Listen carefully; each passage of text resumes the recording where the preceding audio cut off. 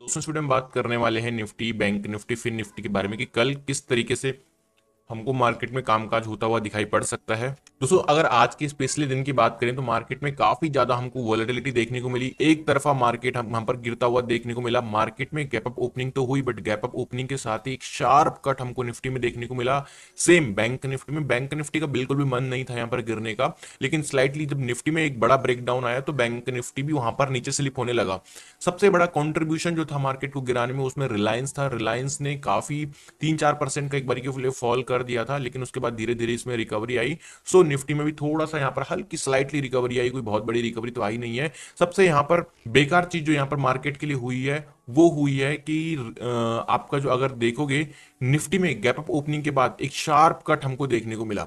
दोस्तों अगर मैं बात करूं मिड कैप इंडेक्स की या फिर मैं आपको दिखाऊं यहाँ पर स्मॉल कैप इंडेक्स, तो उनमें भी काफी अच्छी खासी गिरावट हमको देखने को मिल रही है। स्मॉल कैप बीएससी वाला जो इंडेक्स है 1000+ पॉइंट यहाँ पर फॉल हमको देखने को मिल रहा है।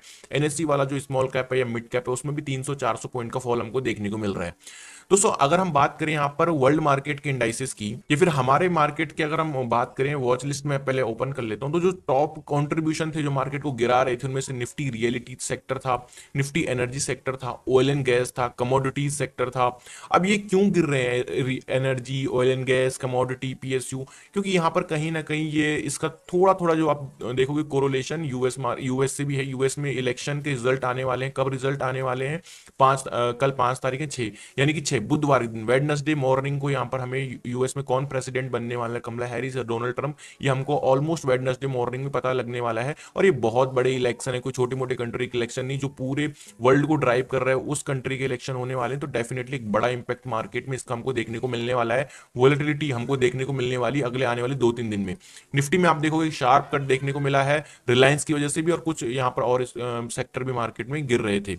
दोस्तों बात करें अगर निफ्टी के एनालिसिस की, तो निफ्टी के एनालिसिस हम करने वाले हैं शुरुआत वन डे के टाइम फ्रेम से। हम पहले दोस्तों एक बार चार्ट को देख लेते हैं। तो चार्ट में क्या देखने को मिल रहा है, मार्केट एक चैनल पैटर्न के बीच में ट्रेवल किया, फिर मार्केट ने धीरे धीरे रेजिस्टेंस लेना शुरू किया। अभी क्या हो रहा है, सबसे बेकार चीज जो मैं बता रहा था वहां पर वो ये है कि निफ्टी ने 24,000 के नियर बाय हमको, मतलब 24,000 के नीचे ही क्लोजिंग दिया। अगर देखो 10 पॉइंट हमको नीचे क्लोजिंग मिली है, तो ये कहीं ना कहीं एक अच्छे संकेत नहीं है। निफ्टी ने सारे ब्रेकडाउन अपने कर दिए हैं, बस ये हल्का सा सपोर्ट हमको देखने को मिल रहा है यहाँ पर।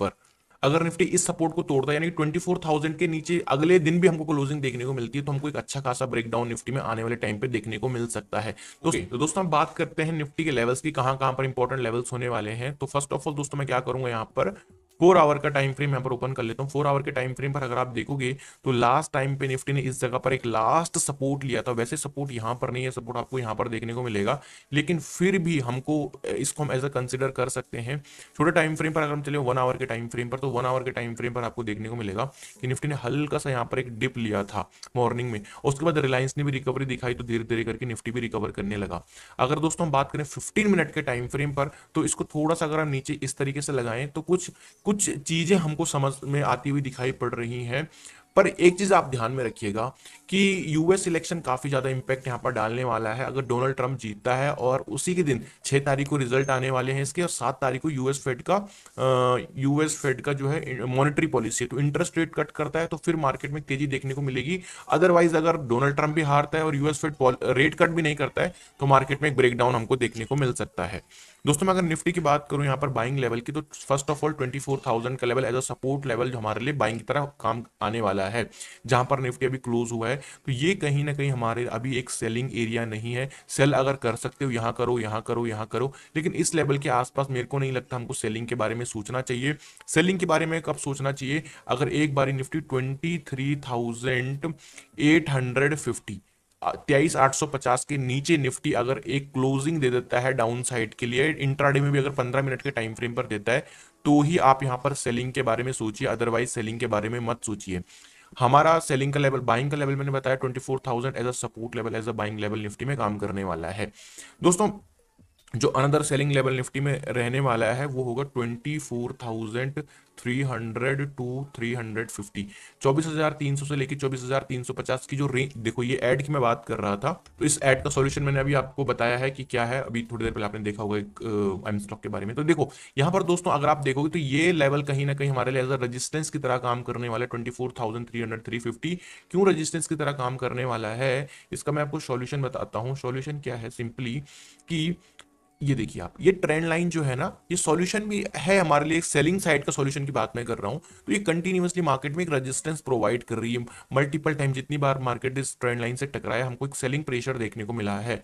तो अगेन अगर निफ्टी इस लेवल के आसपास हमें एक रेजिस्टेंस लेता हुआ दिखाई पड़ता है तो हमको एक सेलिंग का मौका मिल सकता है। तो ये कहीं ना कहीं दोस्तों हमारे सामने निफ्टी के लेवल्स रहने वाले हैं।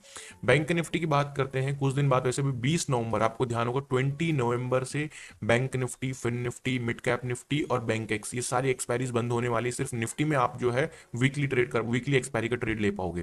दोस्तों वन डे का टाइम फ्रेम मैं यहाँ पर बैंक निफ्टी में ओपन कर रहा हूँ, और वन डे के टाइम फ्रेम पर आपको देखने को मिलेगा कि यार समझ में नहीं आएगा आप लोगों को कि मार्केट बहुत लंबे समय से, इवन अगर मैं बात करूं, ये जून का महीना है, 5 जून, 5 जून पे जिस लेवल पे मार्केट था, 3 जून को जिस लेवल पर मार्केट था, अभी भी उसी लेवल पर चल रहा है। यानी कि हम अभी तक 5 से 6 महीने होने वाले अभी भी एक साइडवेज रेंज में चल रहे हैं।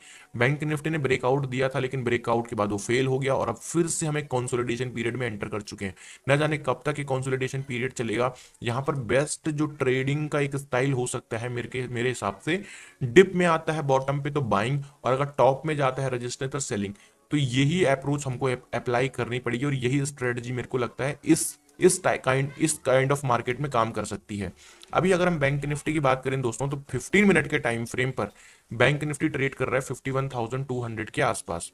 इसका जो बेस्ट बाइंग लेवल अब मेरे को लगता है दोस्तों बन सकता है, दैट कुड बी 51,000, 51,000 टू 51,100, यानी कि 51,000 से लेके 51,100। ये जो 100 पॉइंट की रेंज रहेगी दोस्तों, this range this range could be a dip buying level range. भले ही मार्केट साइडवेज रहे, स्लाइटली स्लाइटली करके ऊपर की तरफ जाए, but best value buying level अगर मैं बात करूं तो बैंक निफ्टी में यही हो सकता है, 50,000 to 51,000, 51,000 to 51,100। So this could be the first buying level bank Nifty में मैं बात कर रहा हूं बाइंग साइड की। दूसरा, अगर बैंक निफ्टी 51,400 का ऊपर के लिए ब्रेकआउट देता है, जैसे कि मैंने डेली टाइम फ्रेम पर बताया, बैंक निफ्टी इस तरीके से कंसोलिडेशन पीरियड में एंटर कर चुका है। जब तक ये कंसोलिडेशन पीरियड के बाहर नहीं निकलता है या ब्रेकडाउन नहीं देता है, हमको इसी तरीके से ट्रेड करना पड़ेगा। 51,400 आपका ये निकल कर आता है। तो देखो ये ट्रेड जो मैं बता रहा हूं दोस्तों, ये डेफिनेटली एक रिस्की ट्रेड साबित हो सकता है हमारे लिए, डेफिनेटली हो सकता है, लेकिन ट्रेड तो लेना पड़ेगा, क्योंकि मार्केट जब लास्ट टाइम इस लेवल से निकला था तो इसने एक अच्छा स्पाइक दिया था ऊपर के लिए। तो इसी चीज का फायदा अगर हमको कल के ट्रेडिंग सेशन में मिलता है, मार्केट 51,400 के ऊपर एक बढ़िया 15 मिनट की कैंडल क्लोज कर देता है, तो हम 51,800 के टारगेट या फिर 900 के टारगेट एक्सपेक्ट करके चल सकते हैं। तो ये रहे बैंक निफ्टी में बाइंग लेवल। सेलिंग लेवल की मैं बात करूं दोस्तों, तो 50,900 के नीचे जैसे ही बैंक निफ्टी क्लोजिंग देता है, हम यहाँ पर बैंक निफ्टी में सेलिंग साइड के लिए जा सकते हैं, और काफी अच्छे खासे टारगेट हम डाउन साइड के लिए यहाँ पर एक्सपेक्ट करके चल सकते हैं। क्यों मैं ये कह रहा हूँ, ध्यान से सोचिए, थोड़ा समझिए। मैं आपको ये भी बता रहा था कि मार्केट ने क्या किया है लास्ट टाइम, यहाँ पर एक अच्छा खासा मार्केट ने गैप अपना पेंडिंग छोड़ रखा है। हुआ क्या, गैप अप ओपनिंग हुई, और गैप अप ओपनिंग के बाद एक बड़ा ब्रेकआउट, मार्केट फटाक से नीचे आया। हम तो यही एज्यूम करके चल रहे थे कि बैंक निफ्टी आज के दिन पे ही अपना गैप फिल कर देगा, लेकिन इसने नहीं नहीं किया। तो एक बार अगर आप buying position, fresh buying position बना रहे हो, तो ये जरूर रखना ध्यान में कि गैप पेंडिंग है। और मैं तो अगर आपको ये कहूं कि मार्केट अगर गैप डाउन ओपनिंग हो जाता है इन केस, और गैप डाउन ओपनिंग के बाद इन मार्केट सडनली ऊपर के लिए आता है, तो ये अपना गैप फिल करने के बाद एक अच्छा स्पाइक ऊपर के लिए दे सकता है। तो इस चीज को ध्यान रखना। जैसा कि मैंने कहा कि 51,000 टू 51,100 एक बाइंग रेंज रहेगा। अगर इस तरीके से हो कि मार्केट यहां पर एक ब्रेकडाउन देके गैप फिल करने के बाद ऊपर फिर आ जाए, बेस्ट बाइंग मुझे लेवल लगता है बैंक निफ्टी में ये वाला। तो आई होप कि आपने ये चीज ध्यान में रखी होगी। ओके, फिन निफ्टी के बारे में दोस्तों बात करने वाले हैं। ये मैं आपको बताता हूँ 4 आवर के टाइम फ्रेम पर फिन निफ्टी का चार्ट। तो फिन निफ्टी काइंड ऑफ क्या कर रहा है, एक चैनल पैटर्न के बीच में इस तरीके से अभी भी ये ट्रेड कर रहा है। थोड़ा सा मिसमैच हो चुका है, मार्केट ने आज एक बड़ा डिक्लाइन दिया, उसके बाद हल्की सी मार्केट ने एक रिकवरी दिखाई, बट वो रिकवरी ना के बराबर थी। कई लोग कह रहे थे थोड़ा थोड़ा स्लो बोला करो समझने में। यार देखो मेरी आदत है, तो मैं वीडियो को थोड़ा चाहता हूँ कि आपका टाइम वेस्ट ना हो, जल्दी मैं वीडियो को एनालिसिस करके आपको बताऊं। तो देखिए एक वन वे मार्केट इस तरीके से कि एक हेल्थी रिट्रेसमेंट फिर निफ्टी ने ले लिया है।